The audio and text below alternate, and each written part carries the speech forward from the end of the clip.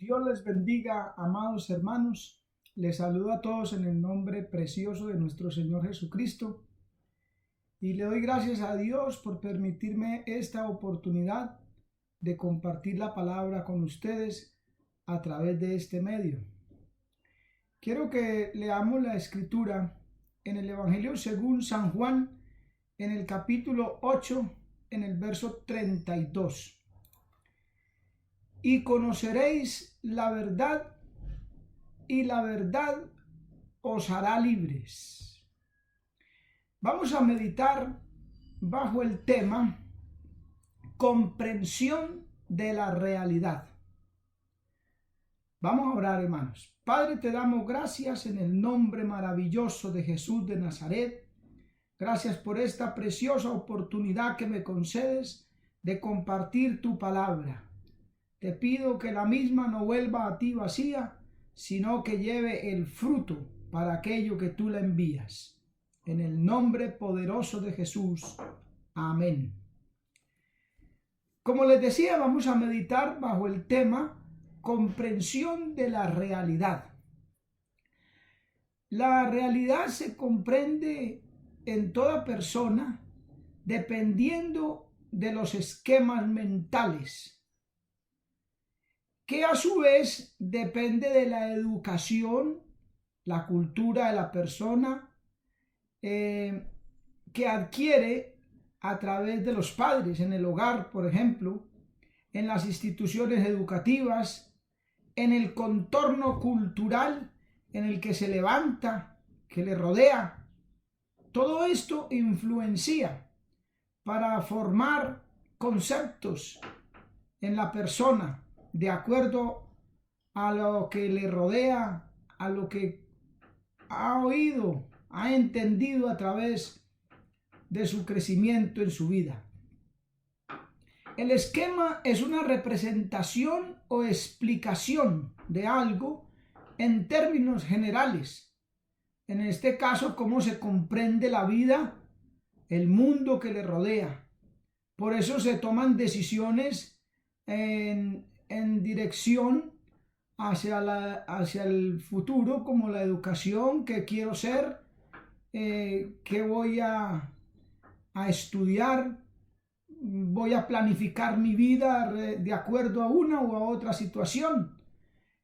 Debido a eso que se ha adquirido durante el crecimiento, y tomamos decisiones a partir de ahí. Por ejemplo, miremos en Primera de Pedro capítulo 1, verso 18 y 19. Dice la palabra: sabiendo que habéis sido rescatados de vuestra vana manera de vivir, la cual recibisteis de vuestros padres, no con cosas corruptibles como oro o plata, sino con la sangre preciosa de Cristo, como de un cordero sin mancha y sin contaminación. Aquí la Biblia nos está diciendo que fuimos rescatados, salvados de nuestra vana manera de vivir. En cuanto se refiere a la salvación, a la vida espiritual, todo lo que recibimos de nuestros padres, a excepción, claro, de los hijos que fueron levantados en un hogar cristiano, la Biblia lo toma como algo inservible, vano, inútil. ¿Por qué? Porque dice la Escritura que no fue el método o la forma, la manera como Dios lo había determinado, la cual recibisteis de vuestros padres, no con cosas corruptibles como oro o plata, cosas humanas, como aquel pozo que habla la mujer samaritana, que el que bebiere de esa agua volverá a tener sed, le dice el Señor, pero el que beba del agua que el Señor le dará, será en él una fuente que salta para vida eterna. Depende de cómo haya sido nuestra vida, será útil o inútil en la presencia del Señor. Primera de Pedro capítulo 1, verso 23 dice: siendo renacidos, no de simiente corruptible, sino de incorruptible, por la palabra de Dios que vive y permanece para siempre. Fuimos rescatados de esa vana manera de vivir, de esa forma como nos habíamos formado, por la palabra de Dios que vive y permanece para siempre. Bendito el nombre del Señor. Quiere decir que ahora la comprensión de la realidad está regulada o regida por la palabra de Dios, dejándonos nosotros la razón, la manera como podemos mirar, observar el mundo, la vida desde la perspectiva de Dios. Tenemos que despojarnos de todo conocimiento y prejuicio preconcebido de antemano por esos esquemas de nuestra vida pasada, del mundo, y ahora adherirnos a lo que la palabra enseña. Ella es la que va a regir ahora nuestras vidas. De modo que si alguno está en Cristo, nueva criatura es. Las cosas viejas pasaron, he aquí todas son hechas nuevas. Todo eso pasado tiene que quedar. Ahora nos dirige la palabra. Ahora nos orienta la palabra. Lámpara es a mis pies tu palabra y lumbrera en mi camino, dice el Salmo 119, 105. Tenemos que aprender a formar, a mirar, como dice el canto, a mirar con sus ojos, con los del Señor. Filipenses capítulo 4, en el verso 8 dice: en fin, hermanos, que todo lo que es verdadero, todo lo honesto, todo lo justo, todo lo santo, todo lo amable, todo lo que es de buen nombre, si hay virtud alguna y si hay alguna alabanza, en esto pensad. Ya nuestra mente, nuestros pensamientos están enfocados a lo que es honesto, justo, santo, amable, precioso, como nuestro amado Señor Jesucristo. Debe de cambiar esos esquemas. La palabra transforma, regenera, cambia esa manera de vivir, de pensar. Ya no podemos pensar como pensamos en el mundo, en dirigirnos solo al placer, a las riquezas, a la fama, a conquistar cosas materiales. No, ahora la conquista es la del reino de los cielos. Colosenses capítulo 3, verso 16 dice que la palabra de Cristo more, habite en vosotros abundantemente, en toda sabiduría, enseñándoos y exhortando los unos a los otros con salmos e himnos y cánticos espirituales, con gracia, cantando en vuestros corazones al Señor. ¿Sí ven? Que more con abundancia en nosotros. La palabra tiene que permear, tiene que penetrar y cambiar toda nuestra forma de ver las cosas, de razonar. Ella es la verdad. Al tener como fundamento la palabra, nos daría perfecta comprensión de la realidad. Nos ayudará a aceptarla, sea esta realidad buena o mala, o sea, positiva o negativa. Si es positiva, como los triunfos, los éxitos, las victorias, o si es desagradable o negativa, como los fracasos, las derrotas, las pruebas, vamos a mirarlo como Dios quiere. Nos vamos a ajustar porque es la manera de Dios. Por eso Romanos 8:28 nos dice que a los que amamos a Dios, todas las cosas nos ayudan a bien. ¿Ve? Todas. Vamos a tener ese conocimiento. Vamos a tener esa verdad en nuestro corazón de que todo está sucediendo para bien. Va a cambiar nuestra forma de reaccionar ante las circunstancias de la vida. Filipenses capítulo 4, el verso 12 dice: sé también estar humillado como sé tener abundancia. Donde quiera y en todas las cosas soy instruido, así para estar saciado como para sufrir hambre. Lo mismo para tener abundancia como para padecer necesidad. ¿Sí ve? No importa la circunstancia en que nos encontremos, vamos a saber estar en esa posición, estar en esa condición que es la que Dios quiere en ese momento. Por algo, con algún propósito, el Señor lo permite. Entonces tenemos que aprender a estar humillados o estar en abundancia o en escasez, como sea, por la palabra. Segunda de Corintios capítulo 4, el verso 8 al 9 nos dice: por todo lado somos atribulados, mas no estrechados, perplejos, mas no desesperados, perseguidos, mas no desamparados, abatidos, mas no destruidos. Dios sabe lo que permite a nuestra vida, con qué propósito, para poder formar nuestro carácter y nuestra vida para el reino de los cielos.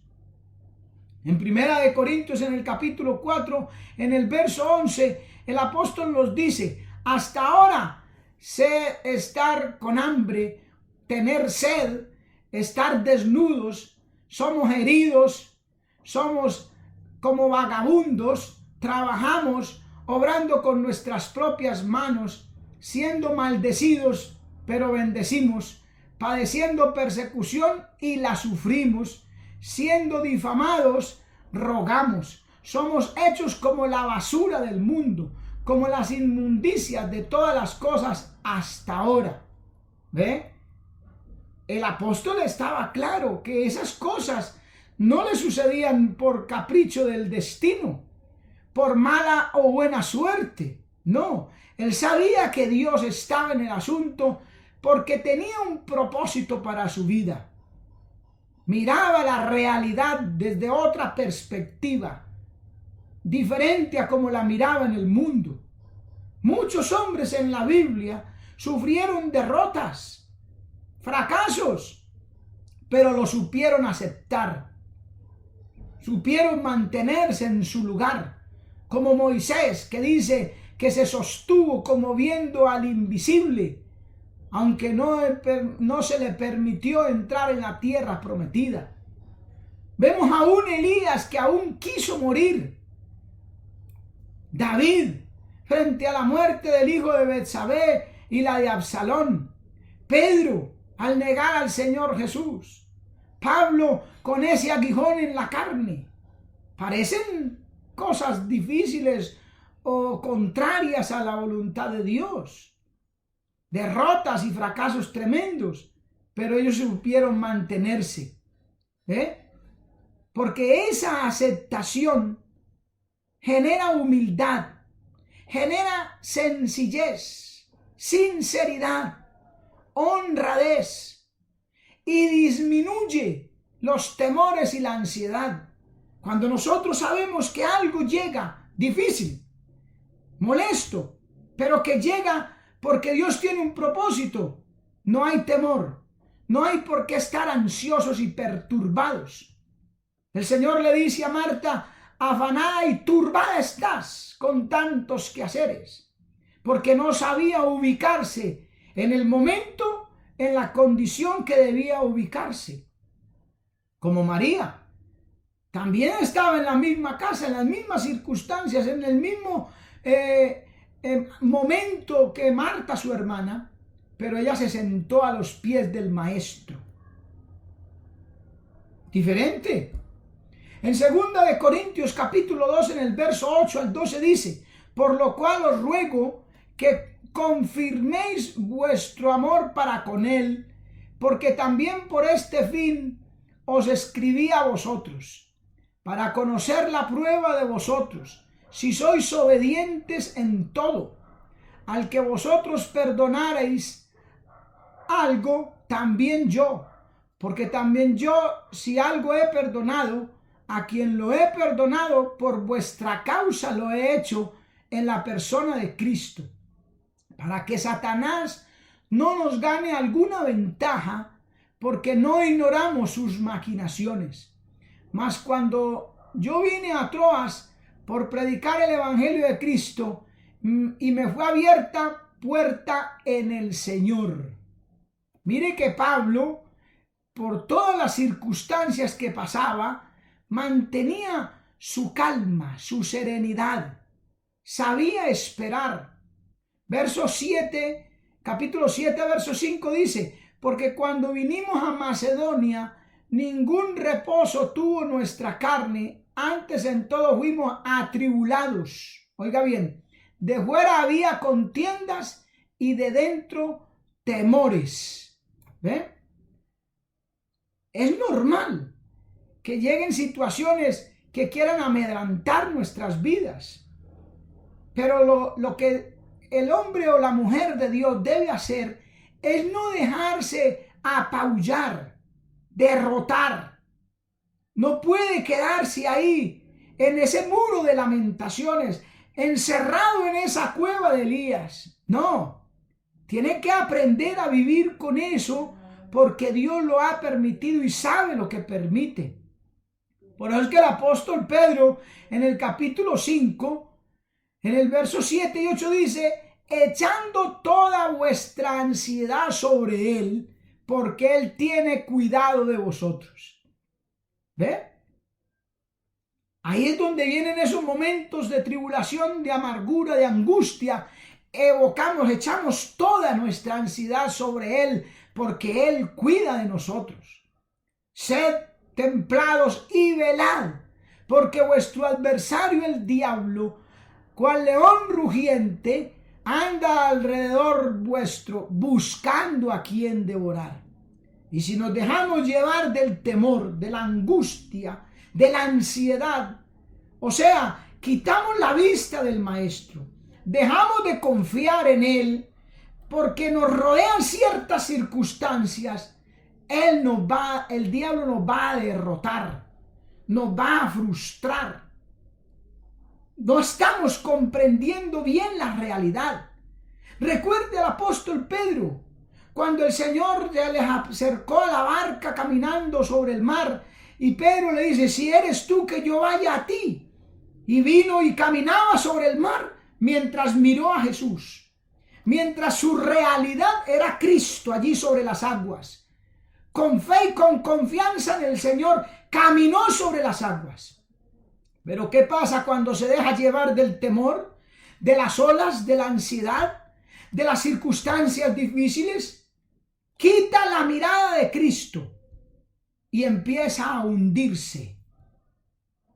Amén. No podemos, hermanos. Tenemos que aceptar, tenemos que aprender a comprender la realidad desde el punto de vista bíblico de Dios, desde la perspectiva divina. La palabra nos instruye para ello, nos enseña. La palabra nos capacita. Y esa aceptación nos enseñará a mirar diferente a los demás, a mirar las cosas desde otro ángulo, a mirarlos a las personas bajo nuestra propia experiencia. Seremos capacitados para hacer bendición a otros como otros lo han sido para nosotros, y más la palabra, nuestro amado Señor y Salvador Jesucristo. El apóstol Pedro luego dice: al cual resistid firmes en la fe, sabiendo que las mismas aflicciones han de ser cumplidas en la compañía de vuestros hermanos que están en el mundo. Todos, hermanos, somos pasados por ahí, porque Dios quiere prepararnos para el reino de los cielos. Que aprendamos a vivir mientras tanto en esta tierra, desde su perspectiva, con una comprensión de la realidad clara, bíblica. ¿Ve? Jesús hacía esto y comprendió a Pedro, comprendió a la mujer samaritana, comprendió a la mujer adúltera, a Zaqueo. Bendito el nombre del Señor, porque tenía una comprensión de la realidad vivida de acuerdo al Padre. Bendito el nombre del Señor. ¿Qué debemos de hacer? Pues dice la Biblia en Hebreos capítulo 10, verso 38, mas el justo vivirá por la fe. Pero si se retirare, no agradará a mi alma. Mas nosotros no somos de los que retrocedemos para perdición, sino de los de fe para ganancia del alma. Ahora el justo vivirá por fe. Su esquema mental es la confianza en Dios, la certeza de lo que se espera según la palabra, la convicción de lo que no se ve con estos ojos físicos, sino con los ojos de la fe. Segunda de Corintios 4:18, no mirando nosotros a lo que se ve, sino a lo que no se ve, porque lo que se ve es temporal, mas lo que no se ve es eterno. Aleluya. ¿Se da cuenta, hermano? ¿Puede usted darse cuenta en esta palabra que la perspectiva del hombre ahora, guiada y dirigido por la palabra, es diferente? Hay un esquema diferente en su vida. Ahora comprende las cosas como son. Por todo da gloria a Dios, como dice Tesalonicenses, dando gracias a Dios por todo, porque es su voluntad, porque Él sabe lo que permite. Miramos la perspectiva, miramos las cosas de otra manera. Ahora ya no andamos por vista, andamos por fe. Aleluya. Segunda de Corintios 5:7, porque por fe andamos y no por vista. Pablo dice que él golpeaba su cuerpo. Aleluya. Lo ponía en servidumbre para servirle a Dios. Lo que sea necesario. Alabado sea Dios. No nos derrotemos a nosotros mismos. No nos hundamos en el pozo cenagoso nosotros mismos. No nos condenemos a sí mismos por nuestros errores, por nuestras falencias. Somos humanos. Hay que corregirlos. Hay que proseguir adelante. Tampoco vamos a decir, es que yo soy humano, entonces voy a hacer todo lo malo y voy a hacer cosas y voy a reincidir en ellas. No, no, no. Hay que reconocerlo, pero corregir y avanzar. Primera de Juan capítulo 1, versos del 7 al 9 dice, mas si andamos en luz, como Él está en luz, tenemos comunión los unos con los otros, y la sangre de Jesucristo, su Hijo, nos limpia de todo pecado. Si dijéramos que no tenemos pecado, nos engañamos a nosotros mismos y no hay verdad en nosotros. Pero si confesamos nuestros pecados, Él es fiel y justo para perdonar nuestro pecado y limpiarnos de toda maldad. Hay errores, hay fallas, hay hasta pecado muchas veces. Pero cuando el corazón del hombre quiere a Dios, reconoce sus faltas, se arrepiente, busca a Dios, busca de Él el perdón y sigue avanzando, entre tanto que el día dura, porque la noche viene cuando nadie podrá trabajar. En el capítulo 2, en el verso 1 nos dice, hijitos míos, estas cosas os escribo para que no pequéis. Pero si alguno hubiere pecado, abogado tenemos para con el Padre, a Jesucristo el justo. Qué bueno es el Señor. Esa es nuestra realidad ahora, hermano. Cristo nos compró con su sangre. Somos de Él. Andemos como Él anduvo. Miremosle, conozcámoslo en los evangelios, en la palabra, en la comunión con Él. Sigamos sus pisadas. Vivamos la realidad de la vida de Dios. Dios tiene una vida diferente, una forma diferente. Lo dice la carta del apóstol Pablo a los Efesios en el capítulo 4, en el verso 17 dice, esto pues digo y requiero en el Señor, que ya no andéis como los otros gentiles que andan en la vanidad de su mente, teniendo el entendimiento entenebrecido, oiga bien, ajenos a la vida de Dios, por la ignorancia que en ellos hay, por la dureza de su corazón. Ajenos a la vida de Dios. No podemos ignorar la vida de Dios. Ahora que hemos reconocido a Jesucristo como nuestro Señor y Salvador, que Él nos ha perdonado nuestros pecados y que nos ha incluido en su familia, tenemos que saber su vida, vivir su vida. Es una vida diferente.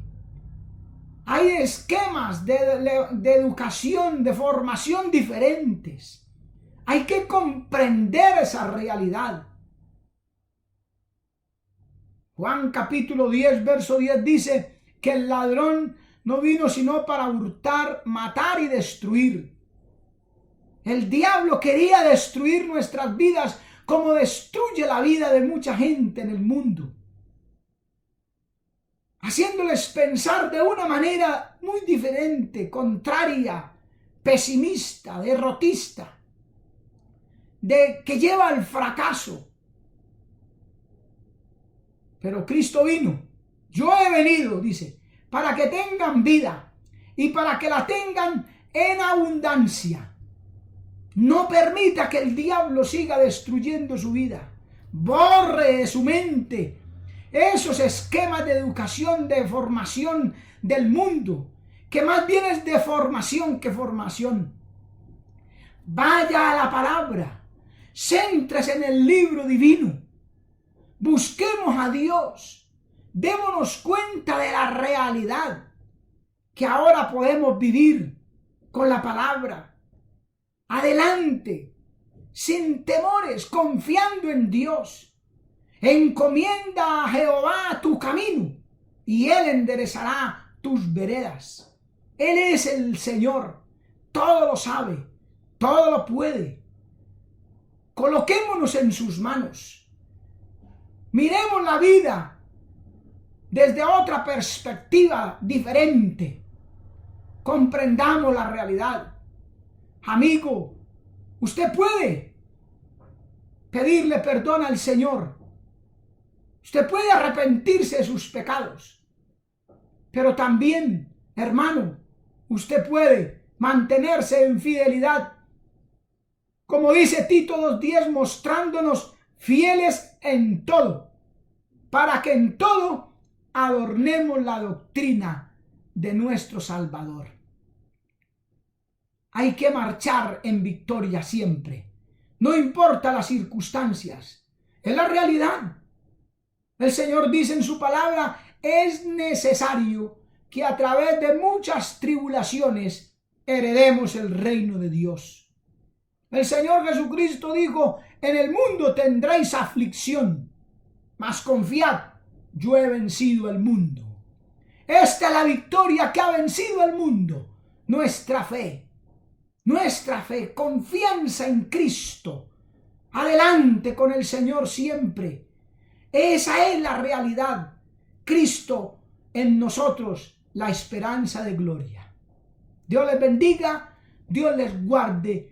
Adelante, adelante hermano, siempre con el Señor. No deje que el pesimismo lo derrote. La incredulidad, la falta de fe o confianza en Dios. Marche en victoria, que Cristo es nuestro capitán a través de su palabra. Dios les guarde, Dios les bendiga.